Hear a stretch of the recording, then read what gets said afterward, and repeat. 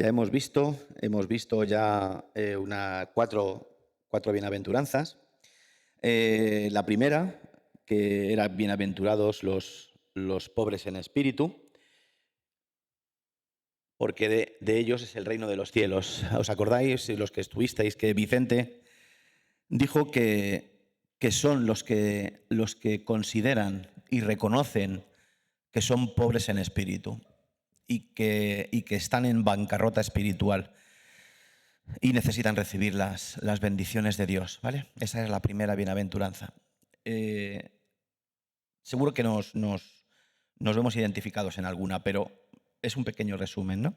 La segunda bienaventuranza era bienaventurados los que lloran, porque ellos recibirán consolación.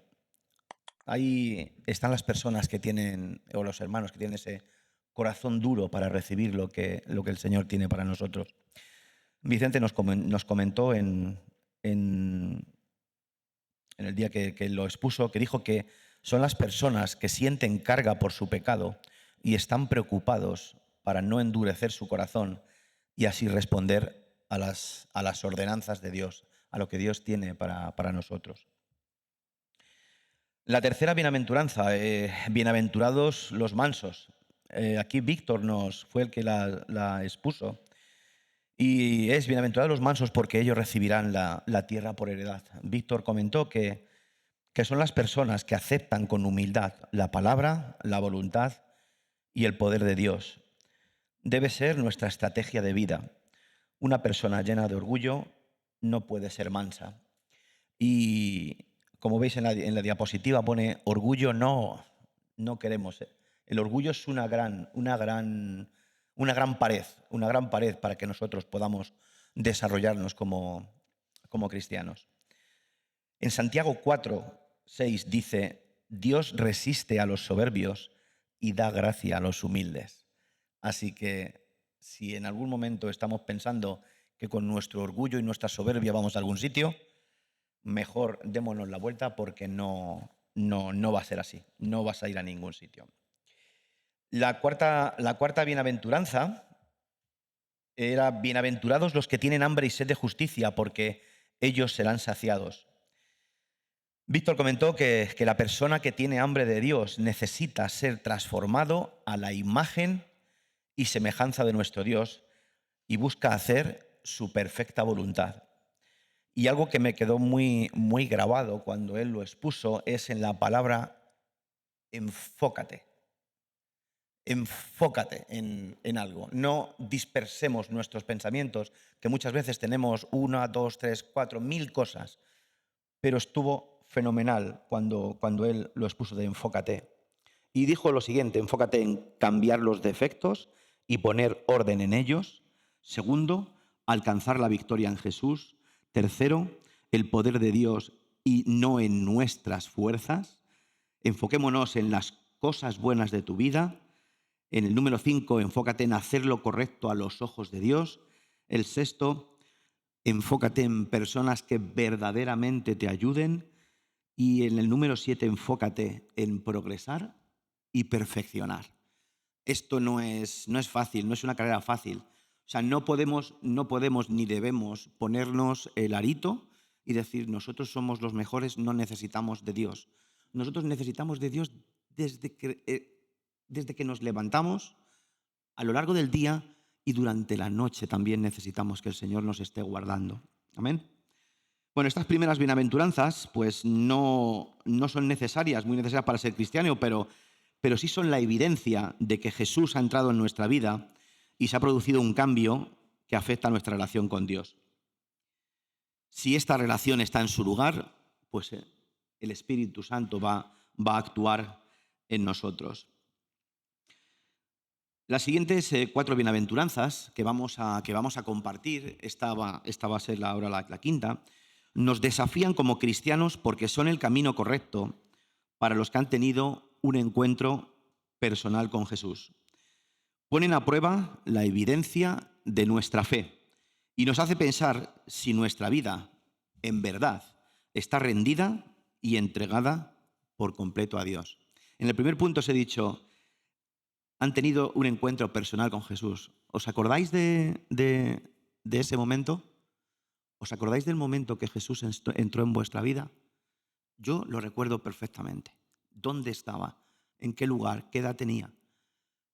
Y fue algo que no se puede olvidar. Nunca olvidemos cuando el Señor entró verdaderamente en nuestra vida.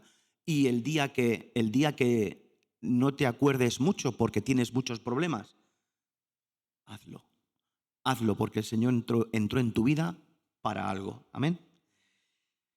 Lo que nos hace ser cristianos y tener salvación, lo leemos en Romanos 10:9, dice que si confesares con tu boca que Jesús es el Señor y crees en tu corazón que Dios lo levantó de los muertos, serás salvo. Amén. Y somos salvos. Aleluya.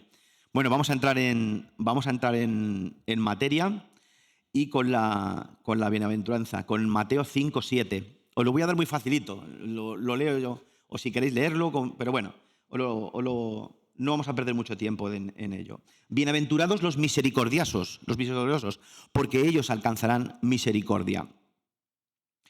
Nos preguntamos cómo Jesús mostró la misericordia a los que le rodeaban.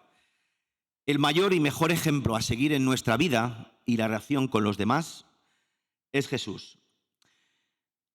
En Mateo 4, dice que es el comienzo del ministerio de Jesús, dice, y recorrió Jesús toda Galilea, enseñando en las sinagogas de ellos y predicando el evangelio del reino, y sanando toda enfermedad y toda dolencia en el pueblo. En el siguiente versículo, en Mateo 9:35, donde dice la mies es mucha, dice Jesús, recorría Jesús todas las ciudades y aldeas, enseñando en las sinagogas de ellos y predicando el evangelio del reino y sanando toda enfermedad y toda dolencia en el pueblo. ¿Os estáis dando cuenta que los versículos tienen dos tonos? ¿Vale? Tiene un tono rojo hasta cierto punto y tiene un punto, o sea, un color verde hasta cierto punto. ¿Por qué? Pues porque el hombre necesita de Jesús tanto espiritual como físicamente. Tenemos necesidades espirituales y tenemos necesidades físicas. En la primera parte, en el versículo anterior, ya estaba parte en rojo y parte en verde. ¿Qué era? Dice, recorría Jesús todas las ciudades y aldeas. ¿Qué estaba haciendo? Enseñando. Enseñando en las sinagogas de ellos y predicando el evangelio del reino. Necesidad espiritual. ¿Amén? ¿Y qué hacía? Sanando toda enfermedad y toda dolencia del pueblo. Necesidad física. Siempre el Señor, cuando habla, lo primero que pone en evidencia es nuestra necesidad espiritual y nuestra necesidad de Dios. Todo lo demás es secundario. Recordad Mateo 6:33. Pues buscar primeramente el reino de Dios y su justicia y las demás cosas os serán añadidas. ¿Amén? Siguiente versículo. En Lucas 9, el 1, el 2 y el número 6. Y fíjate, igual, habiendo reunido a sus 12 discípulos, porque también los discípulos necesitaban de Jesús, o sea, no solamente cada persona que había entregado su vida a Jesús, sino los propios apóstoles también necesitaban de Jesús. ¿El que les dio? Les dio poder y autoridad sobre todos los demonios. ¿Cuál era su necesidad? La necesidad de los apóstoles. Para sanar enfermedades. Para que toda aquella persona que quisiera y creyera podía ser sana. ¿Amén? El versículo 2. Y los envió a predicar el reino de Dios. Una vez más, necesidad espiritual. Y a sanar los enfermos. ¿Vale? O sea, siempre es el mismo patrón. ¿Vale? Y vemos, por ejemplo... Ay, se me ha ido esta. Bueno, es igual, no pasa nada. Vale, lo que os decía.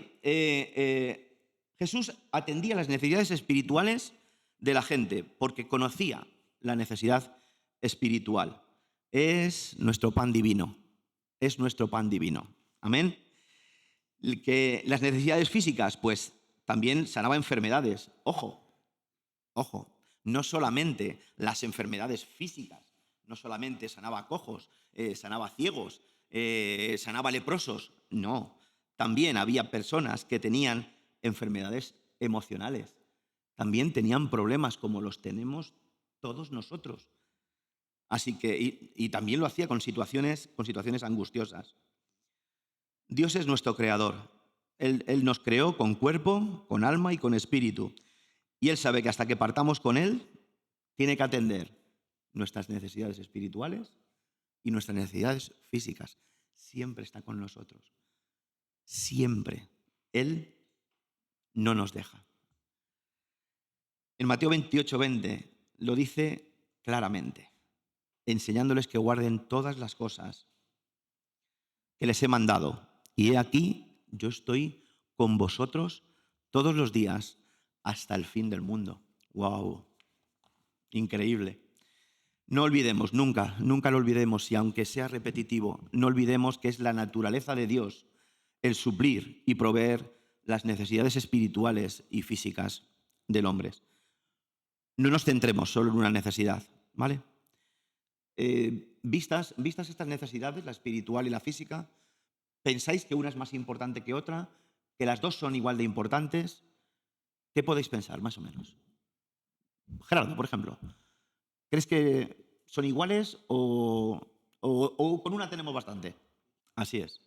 Nosotros lo podemos, nosotros lo podemos enfocar desde dos puntos de vista. Desde el punto de vista como cristianos, y desde el punto de vista como no cristianos, evidentemente.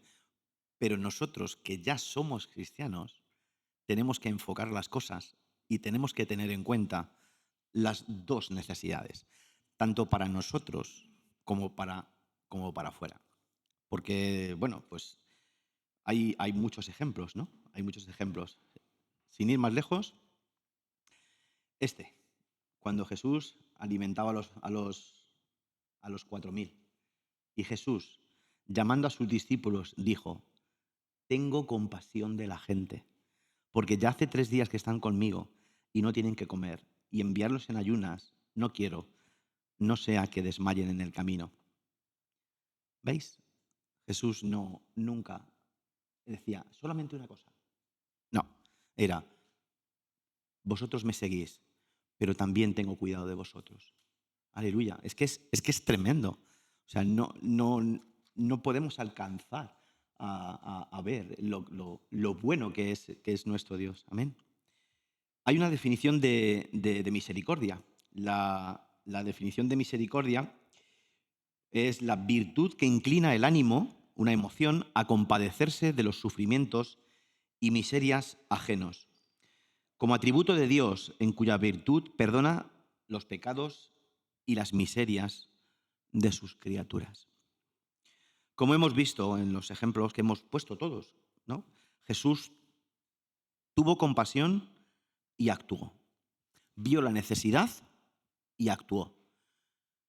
Esa es la diferencia entre compasión y misericordia. ¿Vale? Son, a pesar de que puedan ser dos cosas iguales, no son iguales. Están muy relacionadas, porque están relacionadas, pero no son iguales.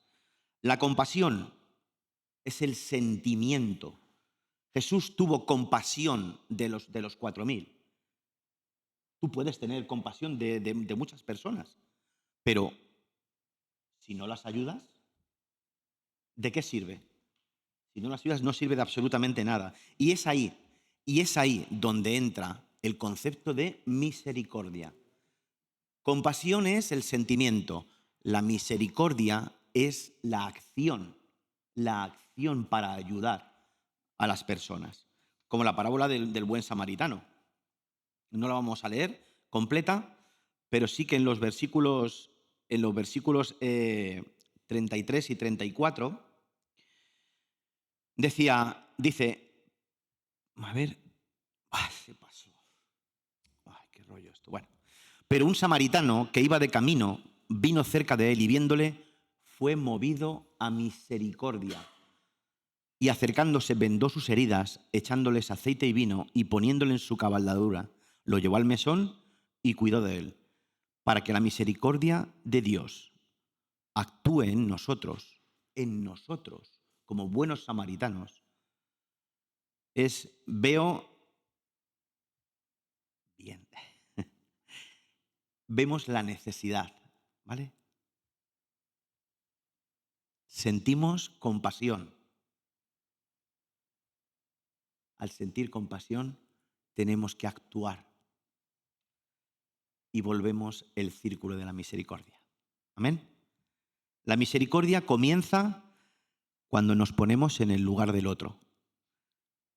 ¿Cómo yo me sentiría o de qué manera actuaría si pasara esto, si pasara lo otro? Tenemos que tener en cuenta que los primeros que hemos recibido misericordia de parte de Dios somos nosotros. Por recordar, en Lamentaciones 33, 23 dice: por la misericordia de Jehová no hemos sido consumidos, porque nunca decayeron sus misericordias. Nuevas son cada mañana. Grande es tu fidelidad. Aleluya. ¿Qué nos impide actuar con misericordia? O mejor dicho, para ponerla en práctica. Pues una de las cosas es la falta de visión. Esta falta de visión es sencilla. O sea, esto no es un término muy difícil. Falta de visión.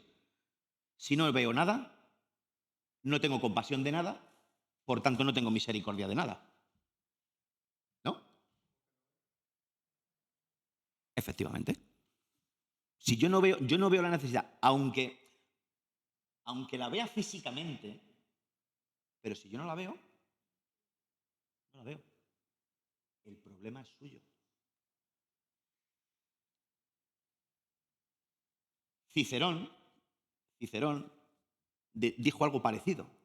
No exactamente, pero dijo algo parecido. Y seguro que lo habéis escuchado. Es primero yo, luego yo y por último yo. ¿Hasta ahí vamos a llegar? Entonces, ¿dónde está la misericordia de Dios? ¿Dónde la tenemos? En ningún sitio. En ningún sitio. Pues para esto tenemos la primera, el egocentrismo. Lo que os he comentado. Recordad, es una frase buena, ¿eh? Primero yo, luego yo, después yo. ¿Vale? Primero es mi necesidad, la mía. Y si me sobra, entonces puedo o no atender a los demás. La siguiente es el aislamiento. Preferimos no saber mucho más de los demás y así no conocemos sus necesidades y por lo tanto no sentimos nada, no tenemos que actuar. Vemos un ejemplo muy claro. ¿Quién no ha hecho la típica pregunta un domingo en la iglesia de ¿qué tal todo? ¿Verdad? ¿Qué tal estás, hermano?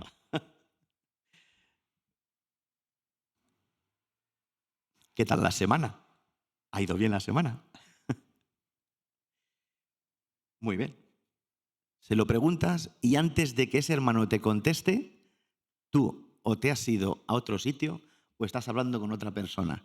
Y ese hermano que a lo mejor necesitaba hablar contigo y contarte lo que tuviera que contarte, no lo ha hecho. Entonces, esa persona, ¿qué puede pensar de ti? Pues a este no le cuento ni media. Ni media. Mira, hay un ejemplo y una pena que no esté aquí, porque me hubiera gustado que hubiera estado aquí. Jesús, nuestro hermano Jesús, antes del verano pasado, me decía, a ver si quedamos un día y charlamos un ratillo y tal y que igual. Y os prometo que no encontré sitio para él. cuando me planteaba el poder quedar con él, o bien para un desayuno, o para tomar un café, o para lo que sea, imposible. Mira que he estado 5 meses de baja con lo de la cadera. Y he quedado con algunos hermanos y tal, pero como era por la mañana, con Jesús era difícil de quedar. Cuando pude quedar con él, quedé con él. Porque a mí me daba vergüenza cada vez que me saludaba aquí en el culto. Sentía como que yo no estaba haciendo lo correcto. No me justificaba, porque no me justificaba, pero yo tenía ya ese sentimiento de que ese hermano quería hablar conmigo y tenía que responder, tenía que hacer lo que tenía que hacer. Y ya no solo es eso, sino que el Señor estaba aquí, tienes que quedar, tienes que quedar, tienes que quedar y tienes que quedar. Pues quedé con él. Quedé con él. Y lo primero que hice fue pedirle disculpas por tanto tiempo sin poder hacerlo. Y él, estuvimos hablando, charlando, y fue muy gratificante la conversación que tuvimos. Pero tenemos que tener esa carga unos por otros. Intentar en la medida de lo posible de que no busquemos una segunda o una tercera excusa para no hacer una cosa, o para no venir aquí, o para lo que sea. Si un hermano te pide ayuda, tienes que estar ahí. Te guste o no te guste, tienes que estar ahí. Podrás hacerlo en ese momento o no podrás hacerlo en ese momento, pero ahí se ve la misericordia de Dios con tu hermano. Amén. Que no os estoy echando la bronca, a ver si va. Lo siguiente, el éxito y la fama. Porque, como estaba diciendo, ¿no? Me centro en mí, en mis logros, en mis estudios, mi familia, mi trabajo, mi esto, mi lo otro, mi mí y mi mí. Y no tenemos tiempo para nadie. Así no podemos hacer la misericordia, no podemos demostrar la misericordia de Dios con nadie. Pero no solo con las personas de aquí de la iglesia, ojo, que esto no es que sea solamente, que tiene que ser esto con la gente de la iglesia. No. O sea, tú tienes a tu vecino que te dice, necesito hablar contigo, pues este es mi vecino, a mí que le den. Yo le digo, a mí no me importa. Si lo que ha hecho no tiene vergüenza y tal. Bueno, pero si tu vecino te dice que quiere hablar contigo, pues dale la oportunidad. Puedes acabar como el rosario de la aurora, pero dale la oportunidad, ¿no? de hablar contigo. Y por último, el orgullo. El orgullo sobredimensiona la importancia de mi vida y mis necesidades. Nuestro orgullo va por encima. Mis necesidades, mis problemas, que lo sepáis, no sé vosotros, pero que lo sepáis. Yo tengo problemas, Yo tengo problemas. Vosotros imagino que también los tenéis. Pero nunca serán tan grandes como los míos. No. Porque mis problemas son mucho más grandes que los vuestros. ¿A qué eso lo habéis pensado también? Ejemplo. Cuando alguien te cuenta algo y tú, sin dejarle continuar, enseguida contestas, pues anda que yo. Lo mismo, o más, me pasó a mí. O la típica frase, ¿qué me vas a contar? Porque nuestros problemas siempre serán mayores que los de nuestros hermanos. Y querido hermano, si estás pensando eso, negativo. Eso no es así. El problema verdaderamente lo tienes tú.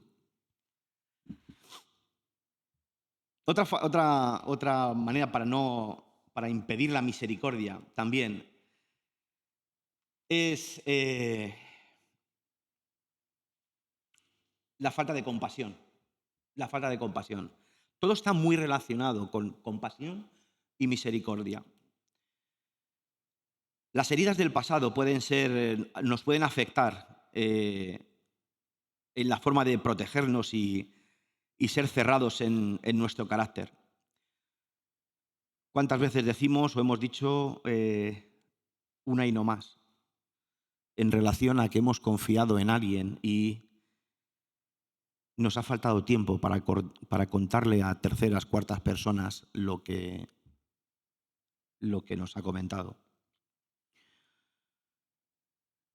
El pecado principalmente. El pecado nos aleja de Dios. Si vivimos o andamos lejos de Dios, pues no nos parecemos a Él en absoluto.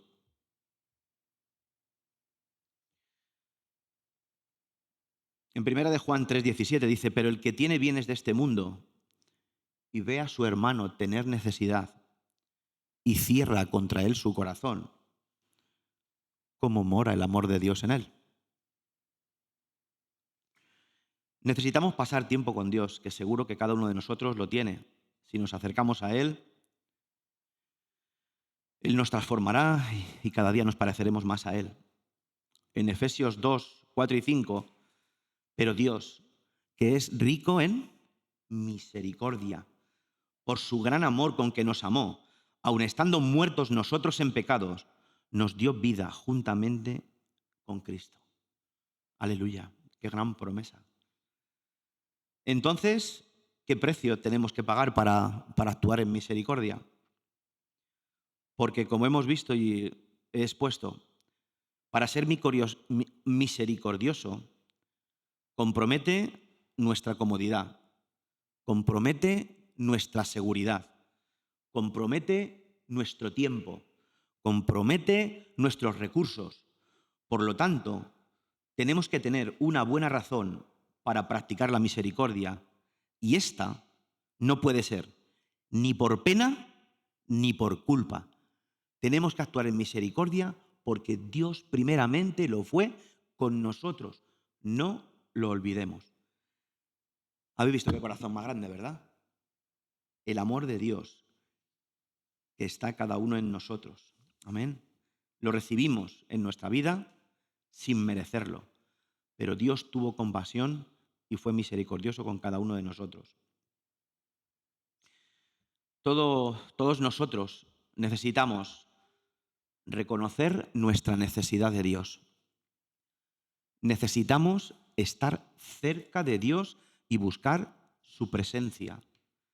Necesitamos pasar tiempo con Dios en intimidad. Sí, hermanos, en intimidad. Necesitamos pasar tiempo con Dios en intimidad. Que es en tu casa, en tu habitación, perfecto.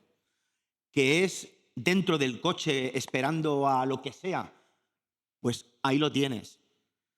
Mientras que estás comprando, que pueda haber cualquier cosa, decir, Señor, ayúdame porque el día de hoy, y a lo mejor has cogido salchichas en vez de queso, pero da igual. Es el momento que has elegido para tener la intimidad con Dios. No hay un lugar para tener intimidad con Dios. Cualquier lugar es bueno para decirle, Señor, te necesito. Necesito que estés conmigo, necesito que me ayudes. A mí como individuo, con mi familia, en mi trabajo, con los vecinos, con mis amigos, con mis familiares. Tenemos la necesidad de Dios y buscarlo con intimidad. Necesitamos confesar a Dios nuestros pecados y necesitamos sanar nuestro corazón para que podamos ser transformados. Si queremos representar a Dios, tenemos la necesidad de desarrollar un corazón misericordioso. Cada domingo a las 11:30 celebramos juntos que Jesús vive. Te invitamos a disfrutar de este tiempo de bendición y alegría.